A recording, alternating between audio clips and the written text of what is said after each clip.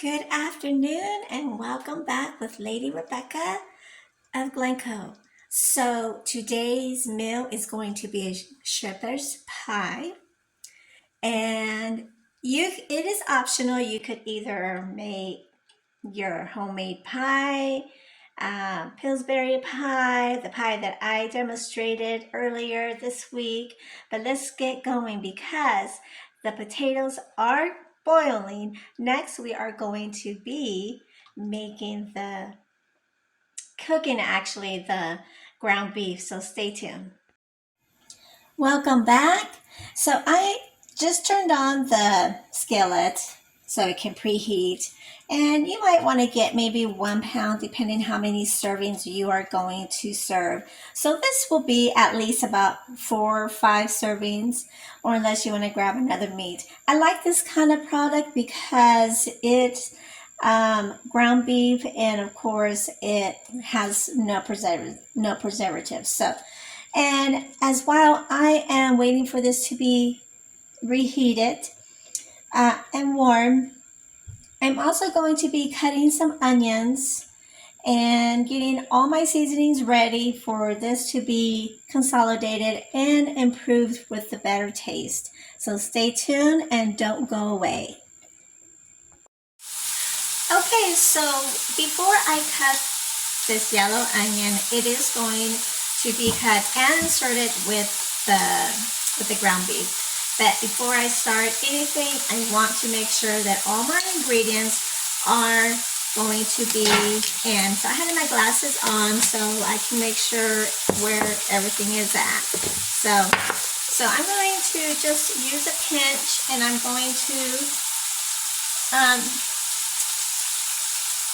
just add a little bit. So I added salt, okay? And then I'm going to add this. So you see this pot, this is where my potatoes are at. And then I'm going to add some pepper, okay? So if you have your most favorite ingredients for shepherd's pie, and if you would like to share it with me, by all means, go ahead and share it or have fun. So now I'm just dividing the meat to make sure that it's going to be cooked.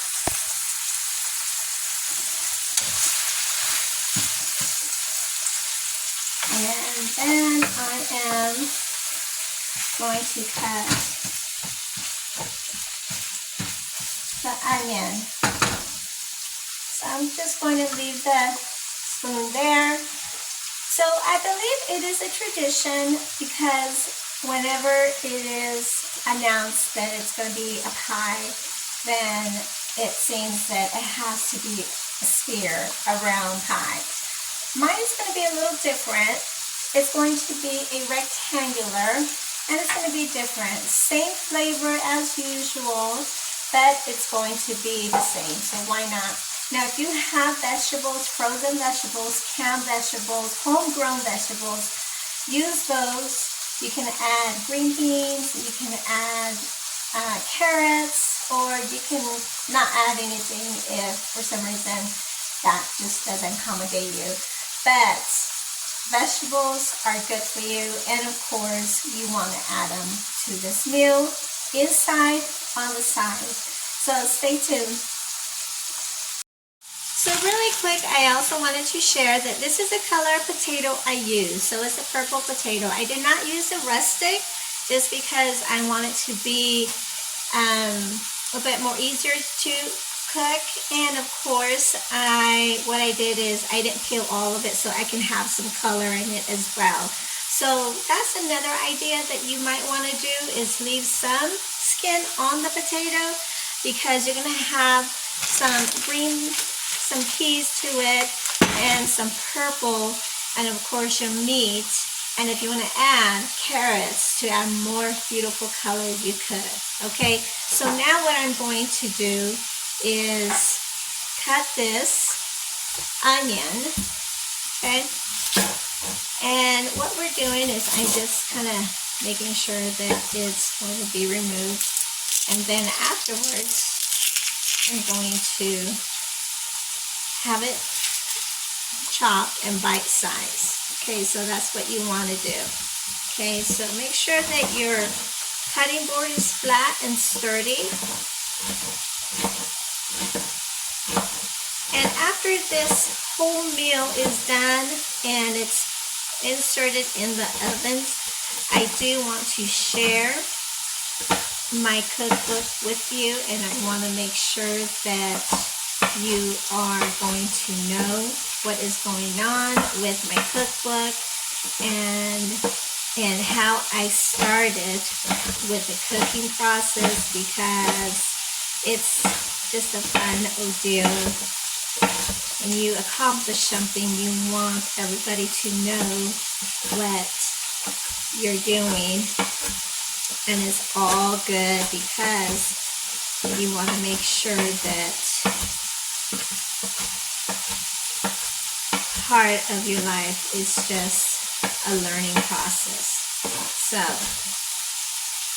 So if you want to have small size, make sure that there are good size, that they're not going to be so large, and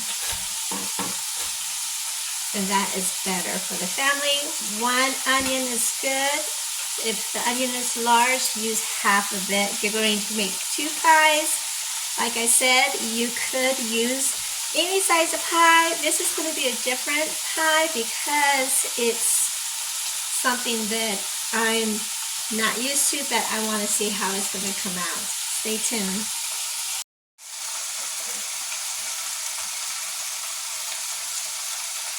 Okay, so now that I have this going, I have the meat. Remember, you want to break it down.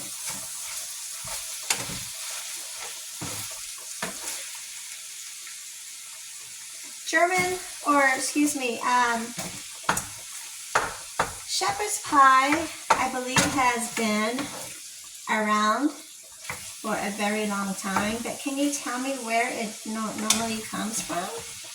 Let me know.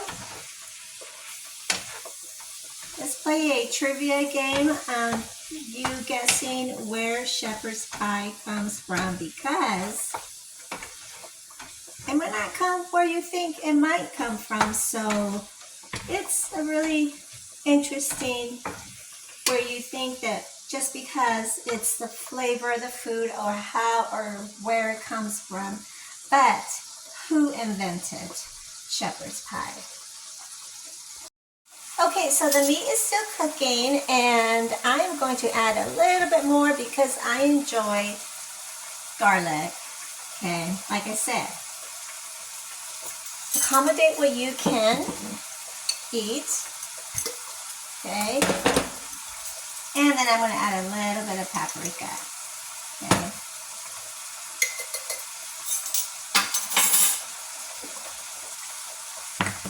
And the potatoes are almost done. I am going to have they're already cooked, and all I'm going to do is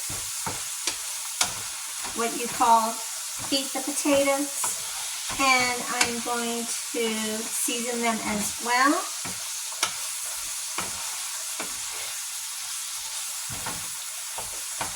And make sure that your oven is going to be turned on. So if you're going to make your Pillsbury pie, or you're going to make it, make sure, if you want, you can even have it on the bottom. But I choose not to, just because my meat is going to be the crust of it, and it's going to be the most flavorful. So this is going to be exciting, so stay tuned. Okay, so afterwards, I would like to show some acorns and how many years the oak tree produces them, because it is very interesting.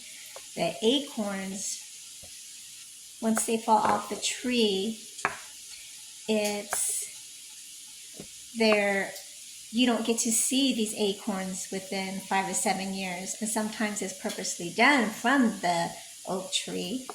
So this is what I found in my front yard and my backyard. So this is another way where you could also make bread from these, and which ones are the good ones as well. So we're going to talk about that as well, and how long do they produce. So this is really interesting. So can also research it. Okay, so let's get going. So what I did is I already put maybe about half a cup of butter. If you need to use the whole butter, go ahead, room temperature. And then salt as well. We're gonna just sprinkle some in here. And then we are going to use some garlic. Okay, I love the smell of garlic. I know there's capsules of garlic, but I am not going to take capsules of garlic. So I'm just going to enjoy it with my food. And then afterwards, go ahead and get your spoon, your favorite spoon, and then we're going to what you call beat the potatoes. And what I'm doing is I'm just mashing them right now.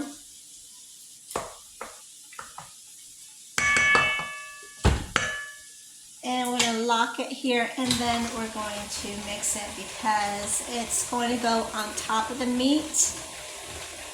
But in between, we're going to have the vegetables, okay? So you can even add them frozen. It doesn't matter because you're going to have to bake it in the oven as well. Stay tuned. Okay, thanks for tuning in and staying with me because this is a good meal because I haven't made this meal in a while. And especially if you know how to make it. So here's my ground beef. And all I'm going to do is place it at the bottom as if it was a cake crust. Okay. All right.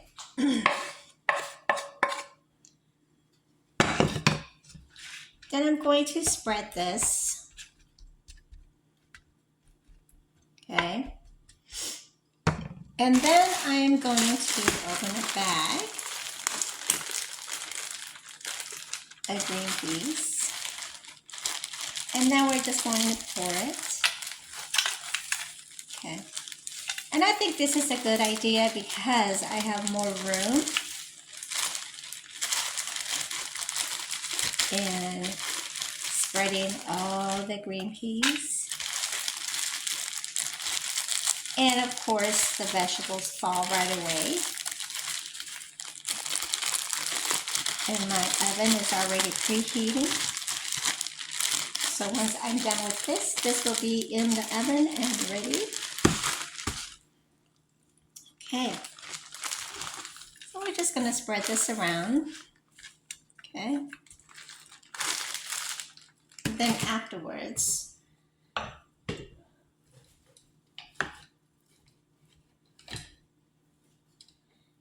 we're going to clean the mixture.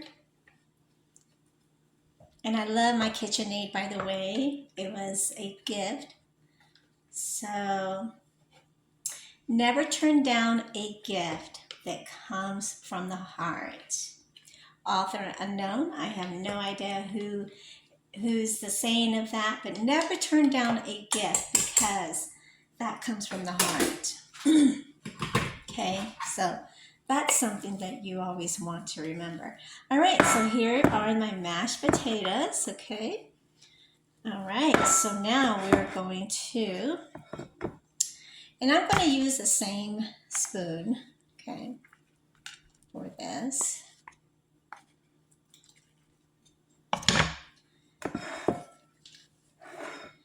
And then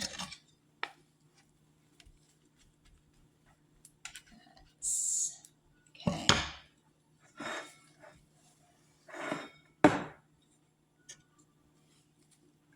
So while these potatoes are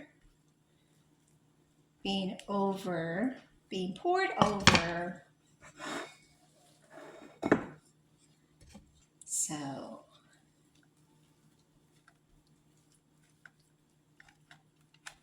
this is really fun and inventive.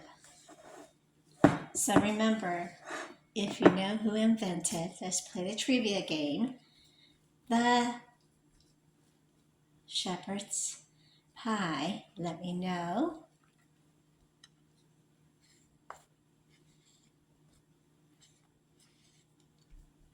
Okay.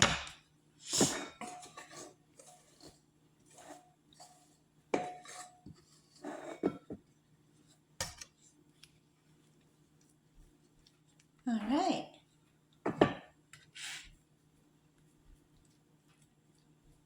This could be in the oven at least about 30 to 40 minutes, but remember, the vegetables do need to be thawed, cooked, warm, and then served.